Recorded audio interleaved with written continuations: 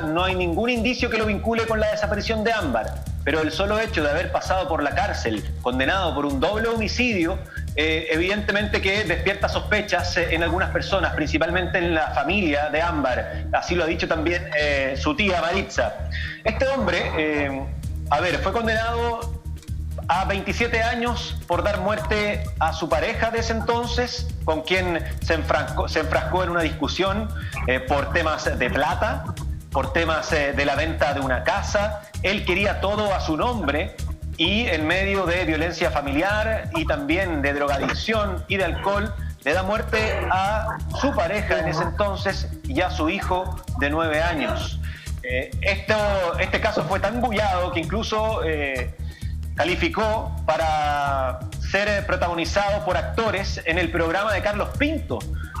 Hay un capítulo de Mea Culpa que trata justamente este doble parricidio en manos de este señor Hugo, que fue condenado a 27 años, reitero, cumplió tan solo 11 años de condena. El asesino del tambor se llamaba el capítulo, porque él escondió los cuerpos justamente en un tambor en el patio de su casa. Germán. Y fue la policía quien encontró justamente, después de los olores que emanaban, los restos de estas dos personas. Sí, una pregunta para el abogado, porque cuesta entender una condena de 27 años para un doble homicidio tan cruel. Uno esperaría una perpetua, ¿no?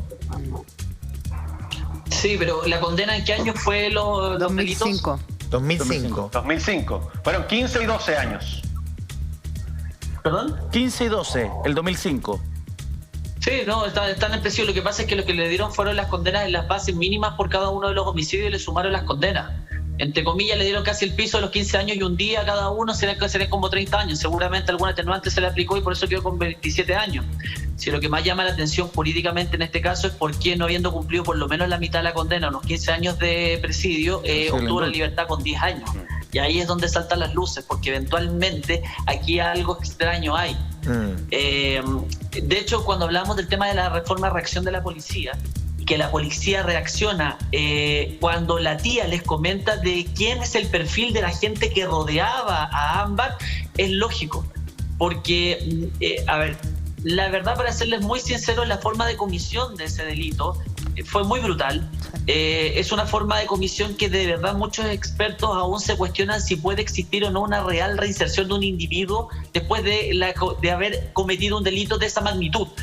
En la forma en que se ejecutó el hecho, que él ejecutó hace años atrás, se demuestra que podrían existir ciertos perfiles patológicos que no se sabe. Algunos dicen que sí es posible recuperarlo y otros profesionales dicen que no. Y por lo tanto es tremendamente cuestionable aquella comisión que le otorgó la libertad condicional a los 10 años a este individuo, por más que hubiese obtenido nota de mérito 7. Recordemos que actualmente la denominada Quintrala tiene nota 7 de evaluación. Y eso no quiere decir que eventualmente ella no sea una persona que, saliendo, recobrando su libertad, vaya a cometer delitos de la entidad. Es que ahí te quiero preguntar, ¿cuáles son los requisitos que se toman en cuenta a la hora de otorgarle un indulto a una persona que cometió un doble homicidio? Porque acá estamos hablando de un doble homicidio, o sea, un crimen que de verdad yo no me quiero ni imaginar cómo deben haber estado la familia de esa mujer y de ese niño cuando se enteraron que este tipo estuvo 10 años en la cárcel. O sea, no sientes que se haga justicia. Partamos de lo macabro que fue que incluso se hizo acreedor de un capítulo de un programa que se dedicaba a ver los casos más espeluznantes de nuestra policía y de nuestra criminología chilena.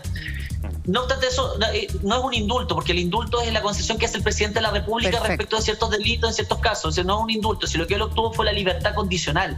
Y la libertad condicional tiene varios requisitos, entre ellos el cumplimiento de los estándares que la ley exige, y la ley te exige un estándar mínimo de cumplimiento de pena. Hoy en día, para este tipo de delitos, por lo menos, se exige que se cumplan 2/3 de la condena para poder recién optar a una comisión de libertad condicional. 2/3, estamos hablando de un 75% aproximadamente de la condena tienes que tener cumplida. Y este individuo ni siquiera cumplió la mitad de la condena y obtuvo el beneficio. Pero es que este beneficio es para cualquier tipo de crimen. Perdona, Claudio, pero es para cualquier tipo de crimen. este beneficio? No, tiene que ver con la penalidad asociada al delito, porque obviamente las condenas que tú tienes no es lo mismo una condena de 5 años que una de 27 años. Una condena de 5 años implica que cometiste un delito menos grave y que atentó contra bienes jurídicos menos importantes que una de 27, de 30, de 40, un perpetuo, que atentaste contra bienes jurídicos esenciales de la sociedad. ¿Claudio? Entonces la ley es mucho más severa. Ya, pero es que entonces, ¿por qué le dieron la libertad condicional? ¿Cómo se entiende eso? Muy buen análisis, y es una de las cosas que estamos haciendo la investigación actualmente para saber, porque yo creo que va a ser un tremendo acierto periodístico aquella persona que abre ese expediente y que veamos la evaluación que hizo la Comisión de Libertad Condicional para poder aprobar la libertad individual. ¿Sabes por qué te lo preguntamos, amigo mío? Porque no estamos imputando en la comisión de nada. No, para nada.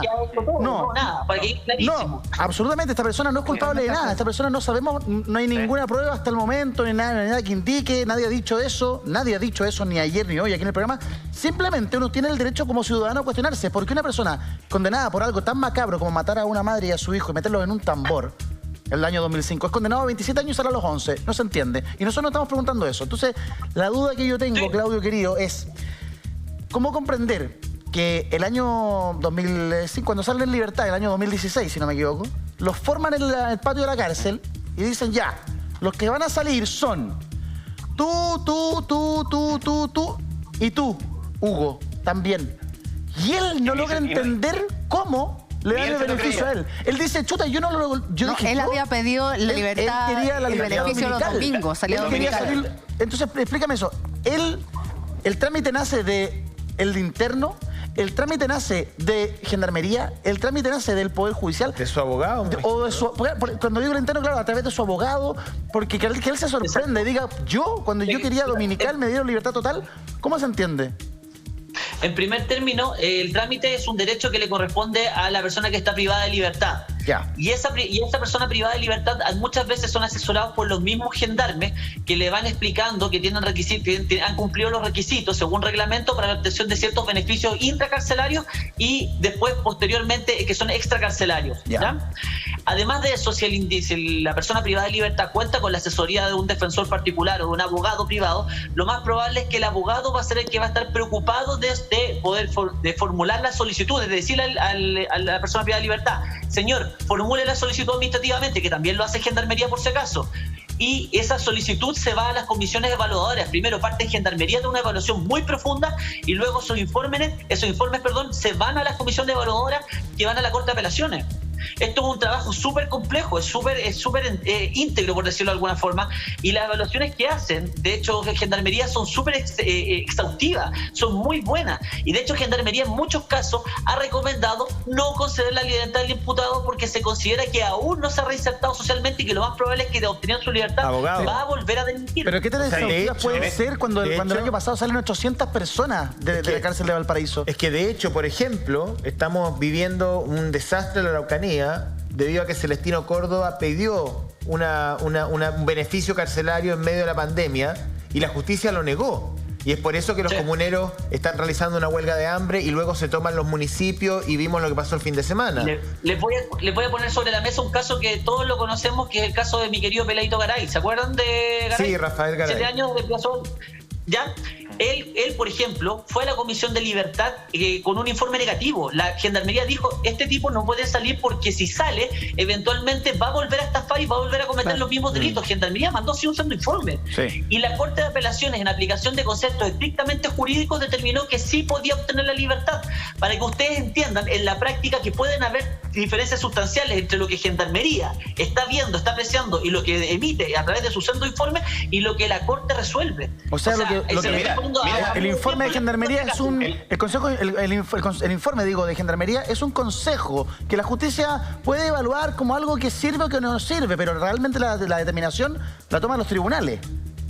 Efectivamente, la primera Comisión de Libertad que luego puede ser apelado. Perdóname, Claudio, pero yo no entiendo qué puede haber en la cabeza de los jueces que tomaron la decisión de dejarlo libre cuando estamos hablando de cómo se cometió el delito de esa madre con ese hijo.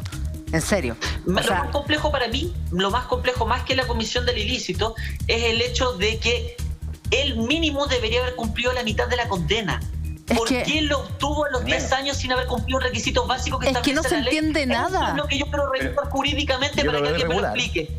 Y el que lo autorizó eso, que ponga ahora la cabeza ahí. Es que ese es el punto.